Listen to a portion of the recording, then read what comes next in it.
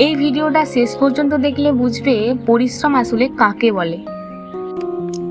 তোমরা কি কখনো ভেবেছো শহরের ব্যস্ততার বাইরে গ্রামের মানুষ কিভাবে দিন কাটায়?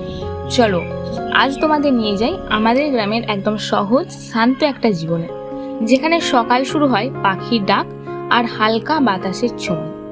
আজ সকালটা যেন একদম অন্যরকম ছিল। ভোরের আলোটা ঠিক মতো ফুটে উঠতেই আমরা মাঠে চলে গিয়েছিলাম।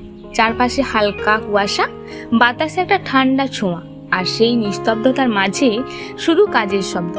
বাবা মাঠে মাটি কাটছিল ধীরে ধীরে নিজের মতো করে, আর মা সেই মাটি ঝুড়িতে ভরে মাথায় তুলে নিয়ে এক জায়গায় গিয়ে ফেলছিল। কোনো তাড়াহুড়ো নেই, কোনো অভিযোগও নেই, শুধু নিজের কাজটা করে যাওয়ার এক নিঃশব্দ চেষ্টা। আমাদের মাঠের পাশ দিয়ে একটা নদী বয়ে চলেছে। জলের শব্দটা কানে আসছিল খুব শান্তভাবে। মনে হচ্ছিল প্রকৃতি যেন আমাদের কাজটা চুপচাপ দেখে যাচ্ছে। এইভাবে কিছুক্ষণ কাজ চলছিল। হঠাৎ করে আকাশটা একটু একটু করে বদলে যেতে শুরু করলো। মেঘটা ঘন হয়ে এলো, আর কিছুক্ষণ পরেই শুরু হলো বৃষ্টি। প্রথমে হালকা, তারপর ধীরে ধীরে বাড়তে লাগলো।